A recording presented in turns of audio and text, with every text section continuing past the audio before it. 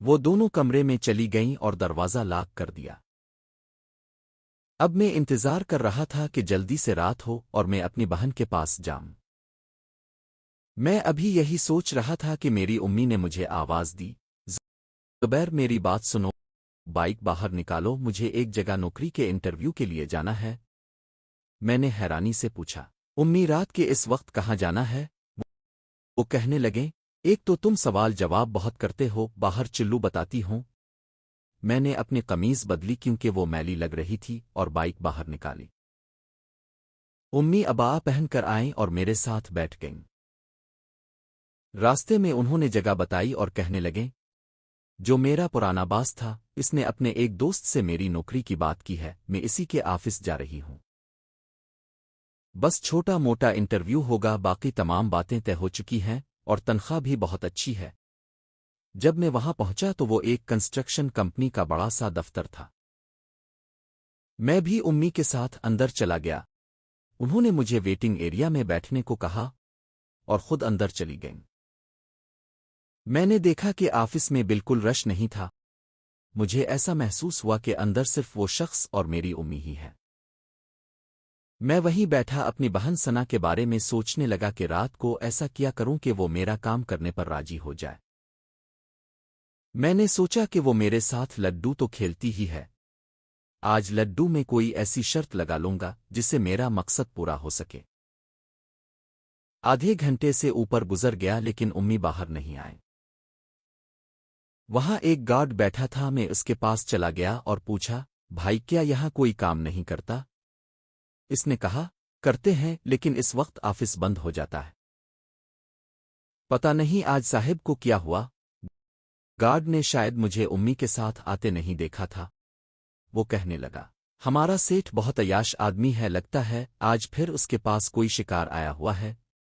جس دن شکار ہو وہ اسی وقت تک بیٹھتا ہے، ورنہ وہ دفتر کم ہی آتا ہے۔ میں سوچنے لگا کہ یہاں بھی وہی ہو رہا ہے، یہ بھی امی کے پرانے باس جیسا ہی لگتا ہے۔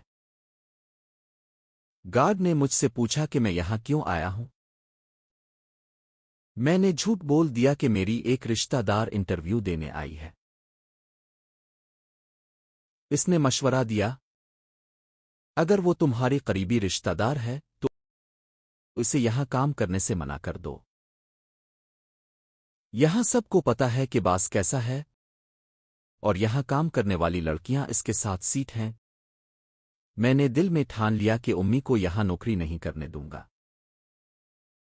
تقریباً 1 گھنٹہ گزرنے پر میں نے امی کو کال کی تو ان کی آواز عجیب تھی اور سانسیں چڑھی ہوئی تھیں۔ انہوں نے کہا، بس 2 منٹ زبیر میں آتی ہوں۔ مجھے شک ہوا کہ کہیں پہلی ہی ملاقات میں وہ سب تو نہیں ہو گیا۔ 10 منٹ بعد وہ باہر آئیں تو اپنا حلیہ درست کر رہی تھیں، جیسے ابھی کسی نے ان کا حلیہ بگاڑا ہو۔ وہ آتے ہی خوشی سے بولیں، مبارک ہو زبیر، مجھے نوکری مل گئی ہے اور تنخواہ 1 لاکھ سے زیادہ ہوگی۔ لیکن میرے چہرے پر کوئی خوشی نہیں تھی۔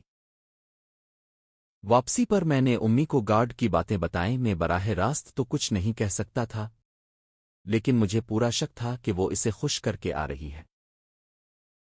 امی غصے میں کہنے لگیں، کوئی بات نہیں، دنیا ایسی ہی ہے، ہمیں اس کی ذاتی زندگی سے کیا لینا دینا، ہمیں صرف اپنے کام اور پیسوں سے مطلب ہونا چاہیے۔ میں نے کہا کہ اس طرح کے کام میں عورتوں کو بہت سمجھوتے کرنے پڑتے ہیں، اب گھر بیٹھے میں کوئی نوکری ڈھونڈ لوں گا۔ لیکن وہ غصہ ہو گئیں اور کہنے لگیں کہ تم باپ بیٹا میری ترقی سے جلتے ہو۔ گھر پہنچ کر جب میں ثنا کے کمرے میں گیا تو دروازہ تھوڑا کھلا تھا۔ اندر کا منظر دیکھ کر میرے پیروں تلے زمین نکل گئی، کیونکہ ثنا اور اس کی دوست عائشہ ایک دوسرے کے ساتھ نازیبا حالت میں تھیں۔ مجھے دیکھ کر وہ ہڑبڑا گئیں، لیکن میں وہیں کھڑا انہیں گھورتا رہا۔ 2 منٹ بعد میں ہوش میں آیا اور باہر نکل آیا۔ کچھ دیر بعد امی نے مجھے کچھ سامان لانے کے لیے بازار بھیجا۔ میرے ذہن میں وہی منظر گھوم رہا تھا۔ گھر واپس آیا تو عائشہ جا چکی تھی اور ثنا ٹی وی دیکھ رہی تھی۔ وہ ایسے پیش آئی جیسے کچھ ہوا ہی نہ ہو۔ جب میں نے اسے ٹوکا تو وہ الٹا مجھے چھیڑنے لگی کہ وہ کیا ہوا؟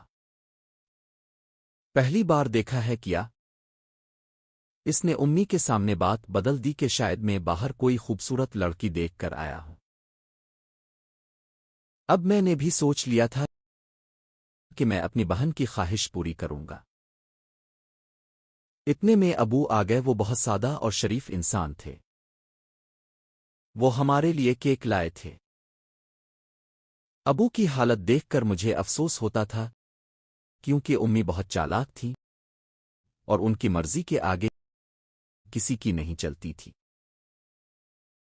ابو نے مجھے بائک ٹھیک کرانے کے لیے 12,000 روپے دیے اور ثنا کو کتابوں کے لیے 5,000 دیے۔ ان کا پرس خالی ہو گیا تھا۔ میں نے انہیں پیسے واپس کرنے چاہے لیکن انہوں نے محبت سے مجھے گلے لگا لیا۔ مجھے محسوس ہوا کہ یہ پیار تو امی کو کرنا چاہیے تھا لیکن انہیں صرف اپنی خواہشات سے مطلب تھا۔ رات کے 12:30 بجے جب سب اپنے کمروں میں چلے گئے تو میں نے ثنا سے کہا، آؤ لڈو کھیلتے ہیں اور شرط لگاتے ہیں۔ میں وہی سوچ رہا تھا کہ شرط جیت کر اپنی خواہش پوری کروں گا۔ ہم دونوں کمرے میں لڈو کھیلنے بیٹھ گئے۔